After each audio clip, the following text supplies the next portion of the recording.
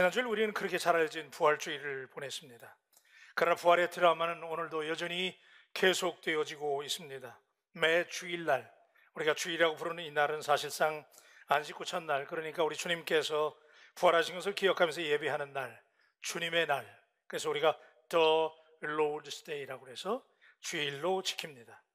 미국 사람들은 예수님이 부활하시고 성령님을 이 땅에 보내시기까지의 50일간의 기간, 그러니까 오순절 날까지 이 시간을 이스터 타이드라고 하는 이름으로 부르는데, 부활의 의미를 더욱 집중하며 묵상하는 절기인데, 부활을 의미한다고 하는 의미에서 이스터이라는 말, 부활절이라는 말인데, 여기에 타이드라고 해서 물결을 의미하는 말을 합성해서 이스터 타이드, 그러면 부활의 물결, 그러니까 다시 살아나신 예수님의 능력이 마치 강력한 바다 물결처럼 우리들의 삶을 덮어버리기를 바라는 마음을 담아서 지키게 됩니다.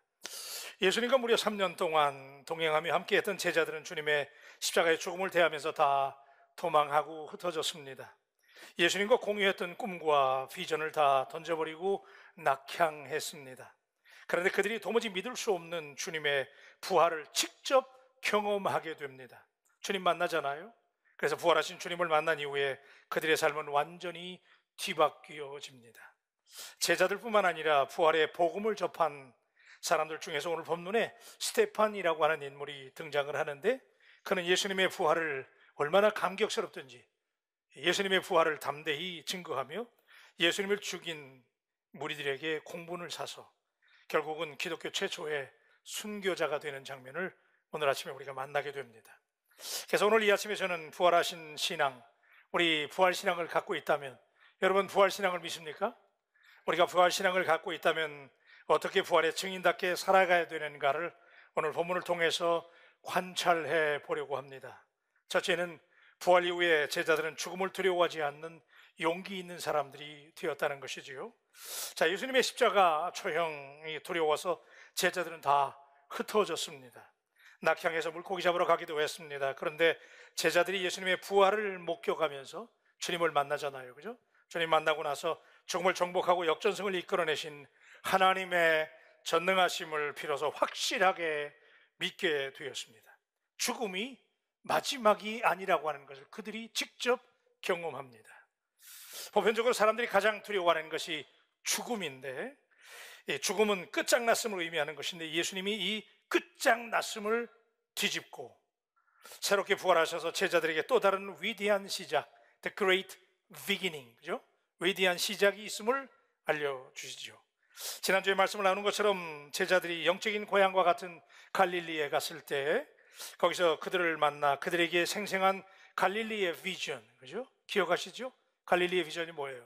고리의 비전. 너희가 세상에 고리가 돼서 세상을 구원하라고 하는 그 비전을 그들이 갖게 되면서 죽음을 정복한 첫 번째 부활의 모델이 되어주심으로 제자들은 이제 주님을 만난 다음에는 죽음이 두렵지 않았습니다.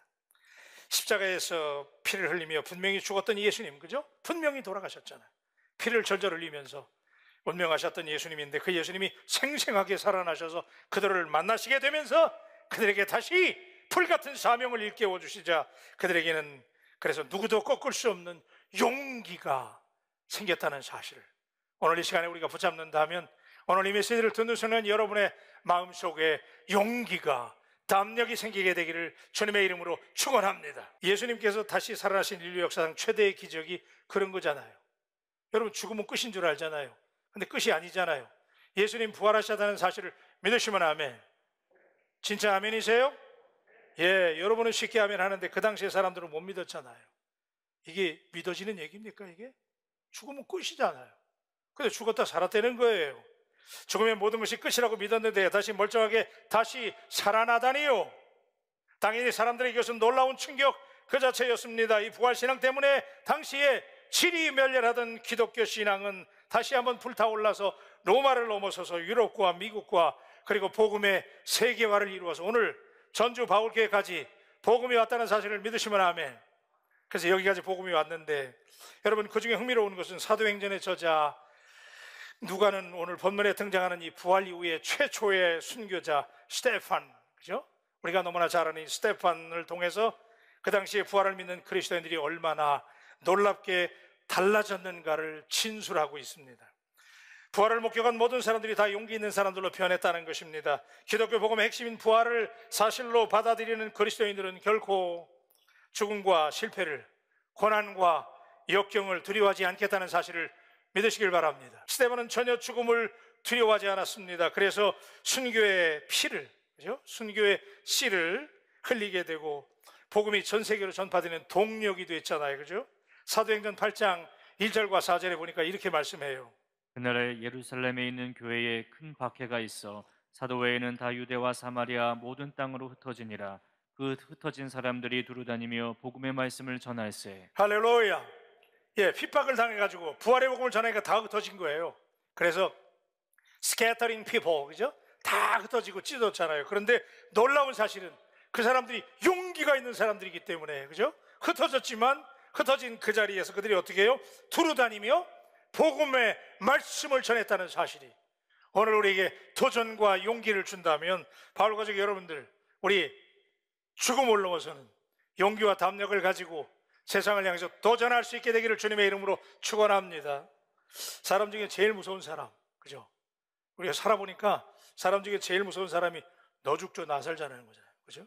죽기 살기로 달려드는 사람, 죽기를 각오하면 세상에 눈에 보이는 게 없잖아요. 죽음을 두려워하지 않는 용기 있는 사람들. 두 번째는, 자, 부활신앙으로 무장한 제자들의 가치관이 변화됐어요.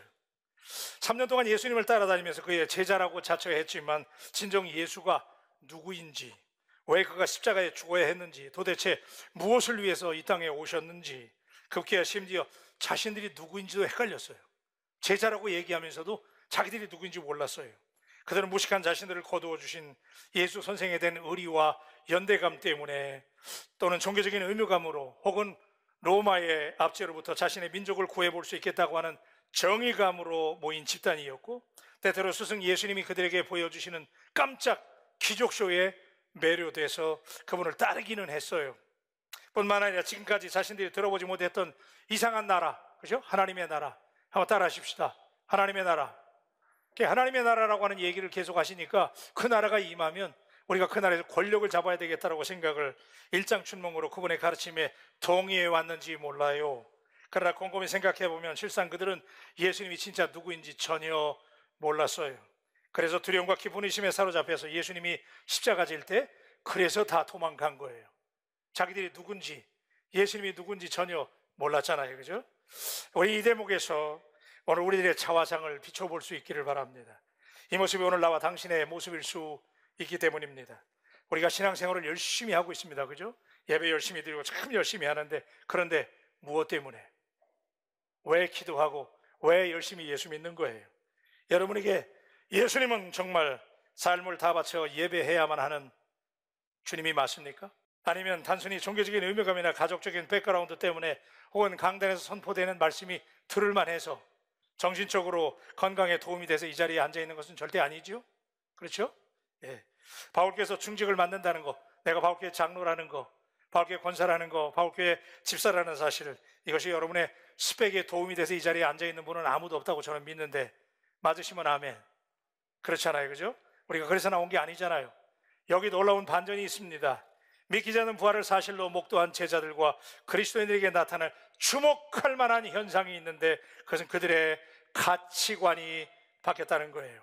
여러분, 세상을 살아가는 이유가 바뀌어버렸습니다. 놀라운 변화입니다. 다시 살아신 예수님, 부활의 예수님을 직접 만나버렸으니 그들이 바뀌지 않는다면 그것이 이상한 일입니다, 그죠? 여러분, 예수님을 만나면, 우리가 부활하신 예수님을 만난다면 반드시 변해야 되는 줄로 믿습니다. 예. 부활하신 주님을 만났는데 어떻게 안 변할 재간이 있어요? 심지어 주님의 손과 몸을 만져봐야 나는 믿겠다라고 의심했던 의심의 아이콘 누구예요? 도마조차도 변해버렸잖아요.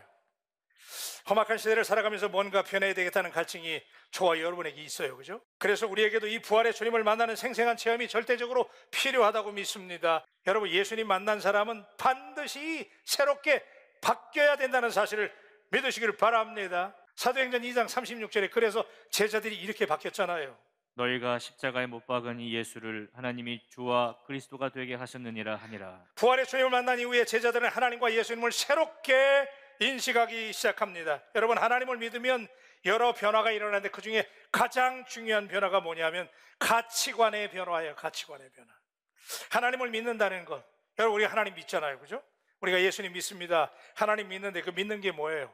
하나님을 믿는다라고 하는 것은 이제부터 새로운 관점으로 새로운 안경을 쓰고 세상을 바라보는 거예요. 지금까지는 세상살이가 그저 세상에서 애쓰고 힘쓰고 사는 게 우리의 주된 관심사였지만은 하나님을 만난 이후에는, 부활의 주님을 만난 이후에는 하나님은 우리를 지으신 창조주이시며 예수님은 우리의 인생의 주인이라고 하는 믿음이 여러분의 심령 속에 다시 한번 새롭게 되기를 주님의 이름으로 축원합니다. 나에게 가장 중요한 가치의 중심은 하나님이요 예수 그리스도가 되는 것입니다. 무엇이, 저는 오늘 여러분에게 진지하게 물으려고 그래요. 무엇이 여러분들의 인생의 가장 important thing, 가장 중요한 게 뭡니까? 주 예수보다 귀한 것은 없다고 고백하면서 단지 주님만을 위해서 살게 되는 것, 이게 부활의 주님을 만난 사람들의 지극히 정상적인 가치관의 변화라는 사실을 믿습니다. 당신의 인생에서 하나님 정말 최고입니까? 여러분, 정말 하나님으로 만족할 수 있기는 한 겁니까? 그러면 당신은 왜 인생의 목자가 하나님이라면서 왜 여전히 세상에 미련 두고 세상 줄을 붙잡으려고 그러세요? 왜 하나님을 당신의 세상 소원을 풀어주셔야 하는 분으로 여기고 그분께 그렇게 떼를 쓰고 있습니까?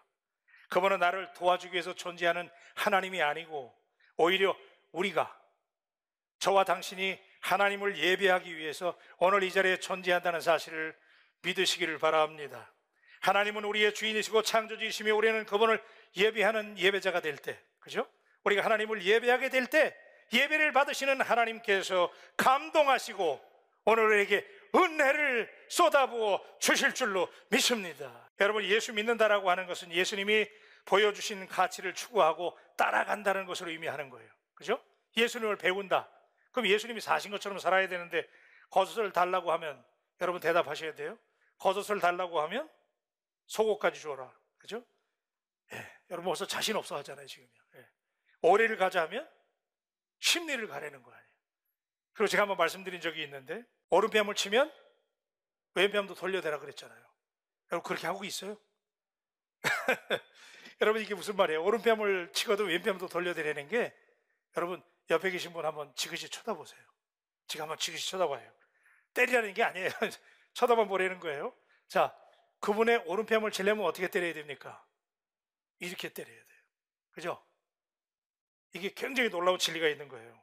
오른뺨을 치려면 이렇게 때리면 절대로 오른뺨 못 때려요. 이렇게 때려야 돼. 그러면 이건 뭐예요? 2배의 모독과 모욕감까지도 참으라는 거예요. 아멘 좀 하세요. 여러분, 이런 예수님의 가치관이 여러분에게 있나요? 부활의 주님 만난 사람, 생생하게 부활하신 예수님을 만난 사람은, 제자들은 예수님 만난 다음에 완전히 바뀌어버렸어요. 그래서 쉽게 말하면 뭐냐면 하나님 나라 시민의 방식으로 살아가려는 거예요. 여러분, 우리는 다 하나님 나라의 시민인 줄로 믿습니다. 스데반을 통해서 들여다본 그 당시의 제자들의 모습, 부활의 주님을 만난 후에 오직 예수만을 위해 살았습니다.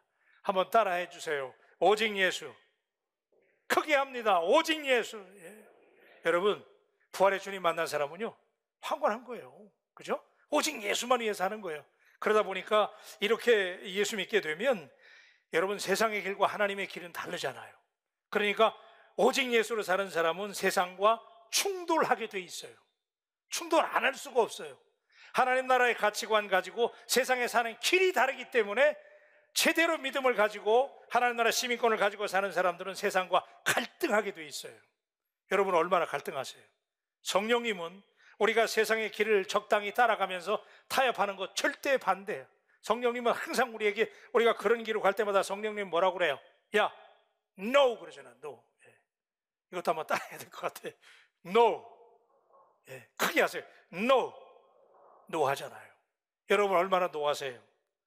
그런데 오늘날 교회와 그리스도인들은 이런 가치관의 충돌을 피하려고 세상과 적당히 타협하면서 세상과 마찰 없이 살기로 평화, 협정을 맺은 것 같아요. 적당히 타협하면서 그냥 세상에 한 발 여기 한 발, 그렇죠? 성령님은 부활을 확신하는 우리들에게 오늘 저는 이렇게 말씀하신다고 생각해요. 성령님이 우리 바울 가족 여러분들 향해서 이제 자다가 깨라는 거예요. 예? 일어나라는 거예요. Wake up! 오늘 성령님이 여러분에게 깨어나라고, 일어나라고 말씀하시는 소리를 듣게 되기를 주님의 이름으로 축원합니다. 예, 언제까지 우리가 이렇게 이 세상적 가치관하고 우리 신앙적 가치관을 그냥 대충 섞어가지고 살면 안 되잖아요. 예? 여러분이 부활을 믿는다면, 부활의 주님을 확실하게 만났다면 오늘 이 시간에 여러분의 가치관, 하나님 나라 시민권의 가치관으로 완전히 바뀌어버리기를 주님의 이름으로 축원합니다. 아멘. 자, 마지막은요, 부활하신 이후에 당연한 얘기지만 제자들은 불타는 사명자들이 됐잖아요. 부활을 목격한 이후에 대부분의 제자들이 순교자들이 되었거나 순교적인 삶을 살았다라고 역사는 적고 있습니다. 왜 이렇게 된 거예요? 예? 사람들이 오늘날 그러잖아요. 다 아둥바둥 살으려고 그러는데 제자들은 다 죽었다니까. 복음을 전하기 위해서, 그죠? 예수님을 만난 다음에 특별히 오늘 본문에 보니까 스데반이라고 하는 인물은, 이 집사는 순교를 그냥 기쁨으로 순교를 감수하잖아요.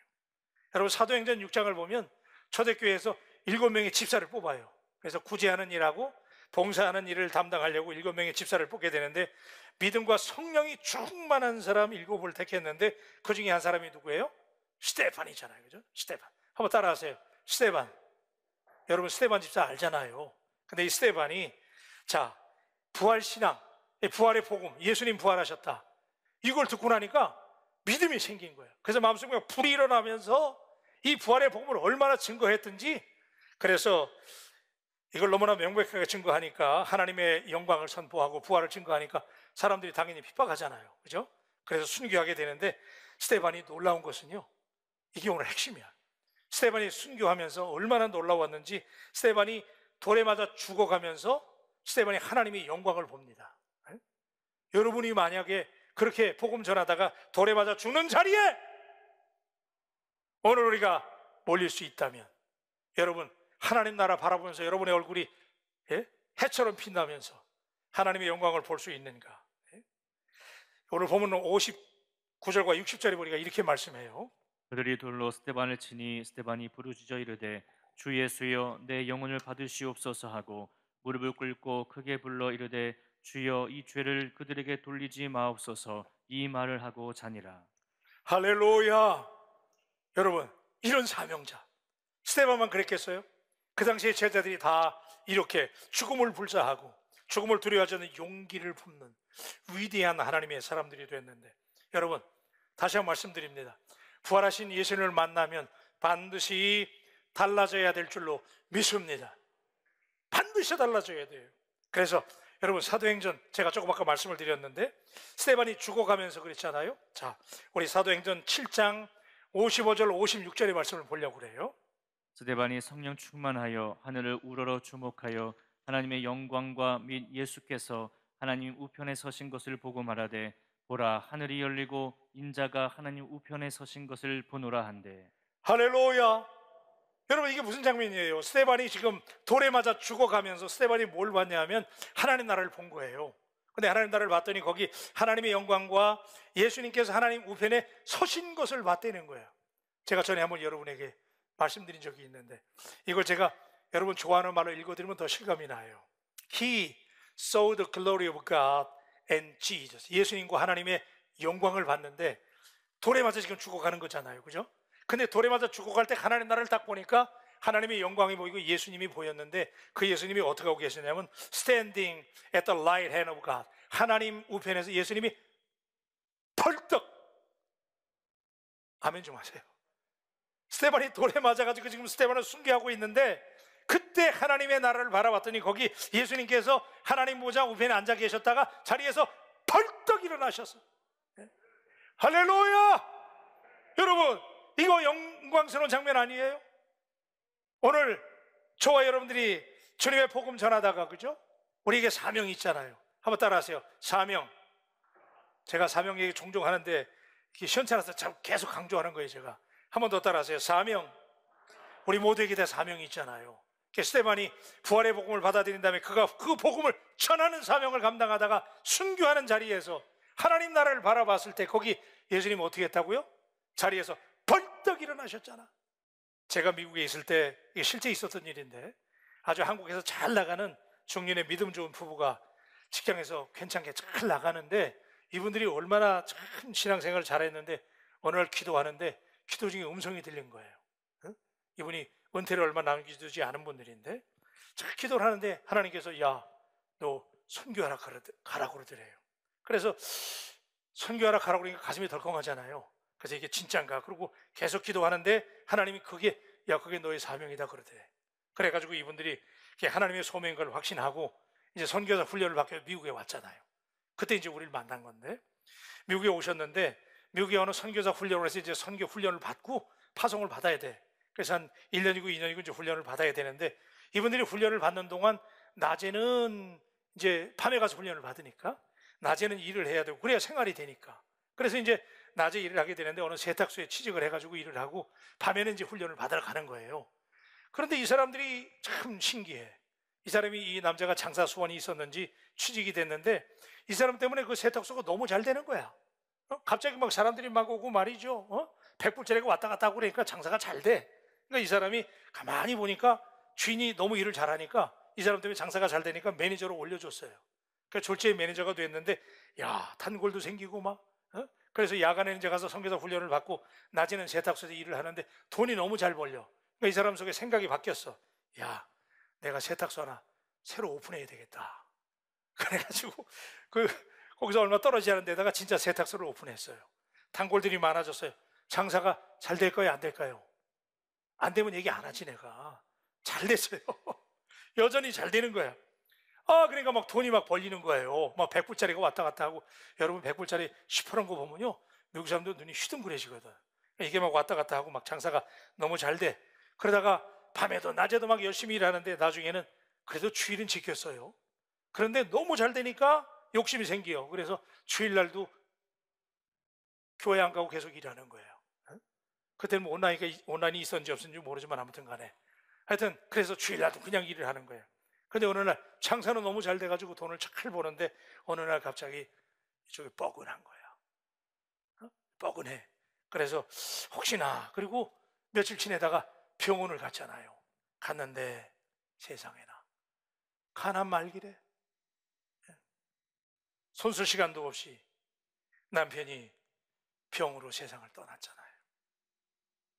홀로 남은 아내는 통곡을 합니다. 한국에 남겨둔 자녀들에게 이 비통한 소식을 알릴 수가 없잖아. 어떻게 아버지가 돌아가신 거 어떻게 알려요? 아이들이 요즘 아빠가 연락이 뜸하다고. 엄마, 아빠가 요즘에 전화를 안 받아. 아빠가 전화도 안 해. 아내는 대성통곡을 하면서 비로소 하나님께 회개합니다. 이 아내가 교회 나와서 하나님께 간절히 울며 기도하는데 그때 이런 소리가 들리는 거예요. 내가 너를 믿고 맡긴 사명 너는 왜 잊어버렸냐? 나만 따르라 하던 약속 너는 왜 잊어버렸냐? 내가 너를 믿고 맡긴 재물 왜 너는 너의 배만 채우냐? 나를 위해 다시 바치리라 약속했던 그 약속을 왜 잊어버렸느냐? 위로받기보다는 위로하고 사랑받기보다는 사랑하고 십자가만 면류관만 바라보며 의의 길 간다더니 위로하기보다는 위로받고 사랑을 받기 원하네. 이 음성이 들리는 거예요. 여러분, 오늘 여러분에게 부활의 주님을 만나신 여러분에게 하나님이 여전히 우리에게 지금 이 땅에 남겨놓으신 이유는 사명이 있기 때문인 줄로 믿습니다. 베드로가 로마에서 복음을 전하고 있다가 네로가 베드로를 체포하라고, 베드로를 죽이려고 베드로를 잡으라는 명령이 떨어졌어요. 베드로가 급히 무서워서 로마를 등지고 도망갑니다. 그때 정신없이 핍박을 해서 베드로가 도망가고 있는데 누군가 베드로를 스치고 지나가는 분이 있는 거예요. 그래서 베드로가 그분이 누군가 하고 쳐다봤더니 부활하신 주님이셨어요. 베드로가 너무나 놀라서 주님께 이렇게 물었잖아요. 주여, 도대체 어디로 가시나이까? 쿠오 바디스 도미네. 그때 주님께서 이렇게 말씀하셨어요. 내가 버린 사명의 십자가를 내가 지기 위해서, 내가 버린 로마를 살리기 위해서 내가 로마로 간다. 이 말에 베드로가 그 자리에서 회개하고 발걸음을 돌려서 박해가 극심한 로마로 돌아가서 복음을 전하다가 붙잡혀서 십자가에서 거꾸로 못 박혀 영광스러운 순교의 제물로 하나님께 드려졌다는 이야기가 전해지고 있습니다. 사랑하는 바울 가족 여러분, 오늘 주님 우리에게 그렇게 묻는 거 아닐까요? 아무개야, 우리가 주님께 주여 도대체 어디로 가시나이까? 주님께서 말씀하시기를, 내가 섬기지 못하는 그곳, 내가 여전히 돌보지 않는 그 현장을 향해서 내가 간다고. 여러분, 오늘 여러분에게 부활의 증인이라면 주께서 여러분에게 기대하시는 그 영광스러운 사명 감당할 수 있기를 주님의 이름으로 축복합니다.